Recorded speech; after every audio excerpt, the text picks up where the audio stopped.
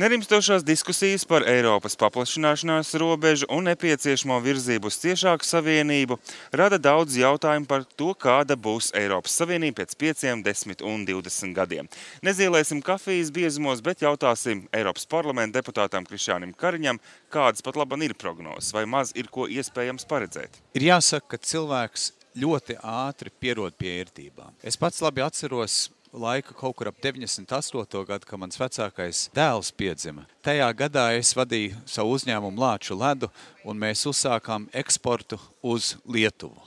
Es pats pirmajā reizē braucu kā šoferis, lai saprastu, kā tā procedūra ir darām, un arī, lai kārtot visus papīrus. Es atceros, ka es ierados Lietuvā no rīta kaut kur 9.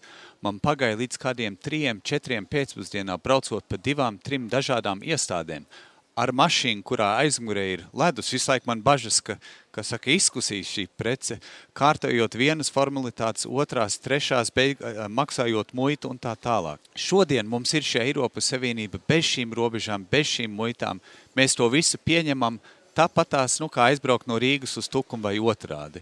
Taču tā pavisam nesenā pagātnē nebija. Tomēr jāsaka, ka eiroskeptiķi labprāt redzētu drīzu Eiropas Savienības galu. Kāpēc tā? Kāpēc rodas šis skepticisms? Pirmkārt, ir jāsaprot un jāatceras, ka Eiropas Savienība ir faktiski milzu savienība.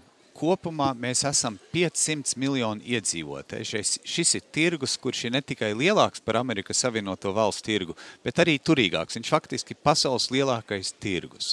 27 dalībvalstis šobrīd pieņem visus lēmumus, arī Eiropas parlaments, kas ir tagad līdzlēmējs visā likumdošanā.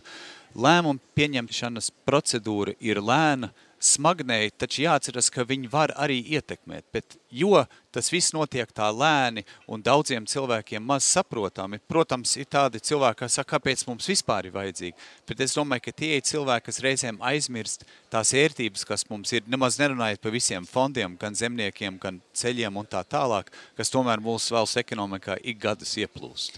Viens no jautājumiem, ko, protams, var uzdot arī Latvijas pilsonis, ir, vai būs Eiropas Savienības federācija, ka būs tā kā Eiropas Savienība kā Amerikas Savienotās valstis. Eiropas Savienība arī savos pirmsākumos, viņa ir kā atbildi uz konkrētiem izaicinājumiem. Vajadzēja savu laiku atvieglot tirdzniecību ar tēraudu un ar akmeņogliem, izveidoja attiecīgu sistēmu, ka to varētu darīt, un tā Eiropa visu laiku ir no gadījuma uz gadījumu savā ziņā paplašinājusies, bet varbūt bez tāda lielāka mērķa, bet vienkārši ar mērķi konkrēti risināt ļoti konkrētas problēmas. Tā, es domāju, arī būs nākotnē. Mieru, tikai mieru, ar Eiropas Savienību nākotnē nekādi satricinājumi nav gaidāmi. Tāda bija saruna ar Eiropas parlamenta deputātu Krišjāni Kariņu un pārraide kā parasti tapusi sadarbībā ar ETP grupu Eiropas parlamentā.